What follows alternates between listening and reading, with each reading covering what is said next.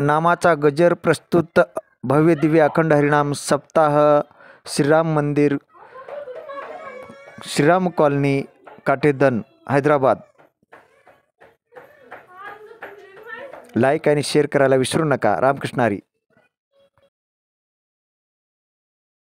आता ते का सांगू मी कशासाठी? पैशासाठी, देवासाठी नाही मी।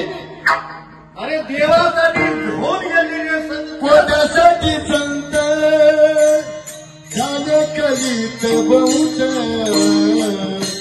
कोणासाठी संत झाले कलीत